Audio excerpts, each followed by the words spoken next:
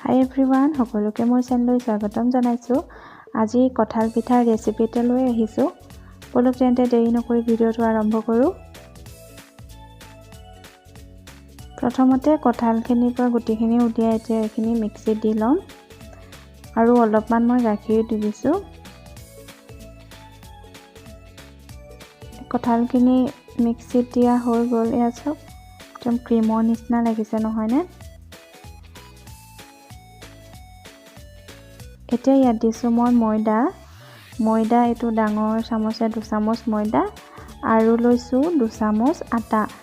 গোটেইকেইটা সম পৰিমাণৰ মই লৈছোঁ। আপোনালোকে এই দুটাৰ সলনি পিঠাগুড়িও ল'ব পাৰে। মই এতিয়া গোটেইখিনি ভালদৰে মিলাই লৈছোঁ।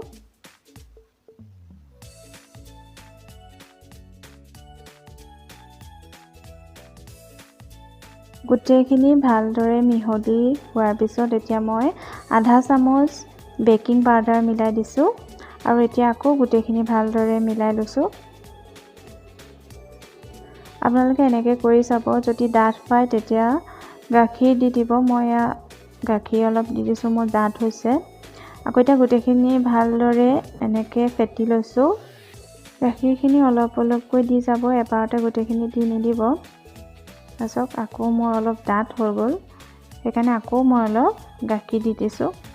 এনেকৈ অলপ অলপকৈ দি থাকিব।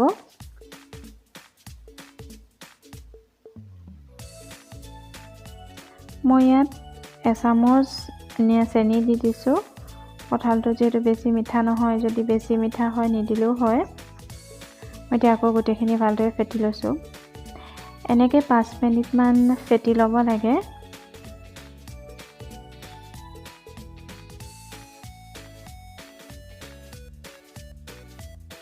এতিয়া মোৰ এইখিনি হৈ গ'ল। টাৱা এখন গৰম কৰি এতিয়া ৰিফাইন তেল দি দিছোঁ।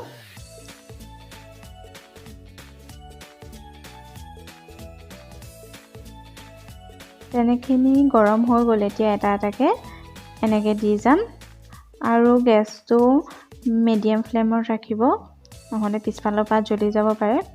এতিয়া এটা এটাকৈ ভালদৰে লাহে লাহে দি যাম।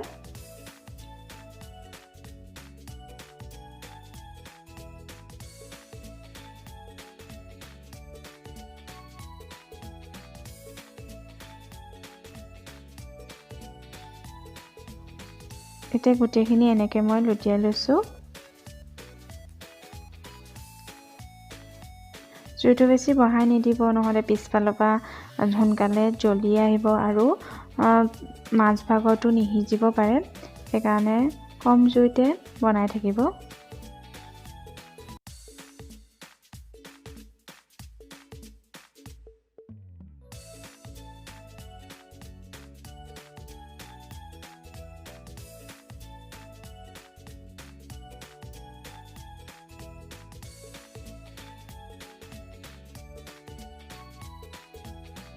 এয়া চাওক, ইমান ধুনীয়াকৈ ফুলি আহিছে পিঠাটো নহয়নে? মই প্ৰথমৰ পিঠাখিনি হৈ গ'ল। এতিয়া বাকীখিনি পিঠাও জলদি বনাই লওক। ভিডিঅ'টো শেষলৈকে চাই থাকিব। মোৰ চেনেলটোত যদি আপোনালোকে নতুন হয়, ছাবস্ক্ৰাইব কৰি দিব আৰু ছাবস্ক্ৰাইবৰ কাষতে থকা বেল আইকনটো প্ৰেছ কৰি দিব। তেতিয়াহে মোৰ আহিবলগীয়া ভিডিঅ'সমূহৰ ন'টিফিকেশ্যন আপোনালোকে পাই থাকিব।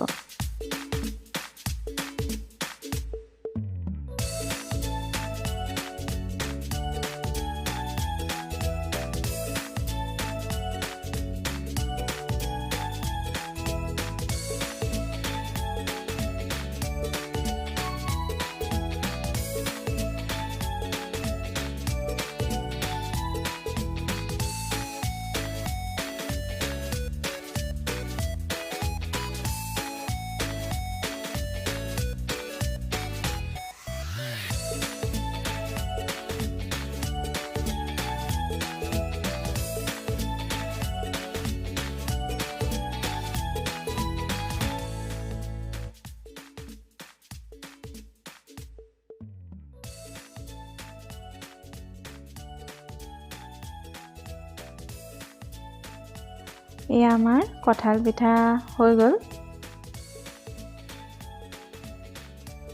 দেখিছেনে কিমান ধুনীয়া হৈছে? ঘৰত এবাৰ নিশ্চয় ট্ৰাই কৰি চাব, বহুত টেষ্টি লাগে খাই। আৰু ভিডিঅ'টো ভাল পালে লাইক এটা কৰি দিব। ধন্যবাদ।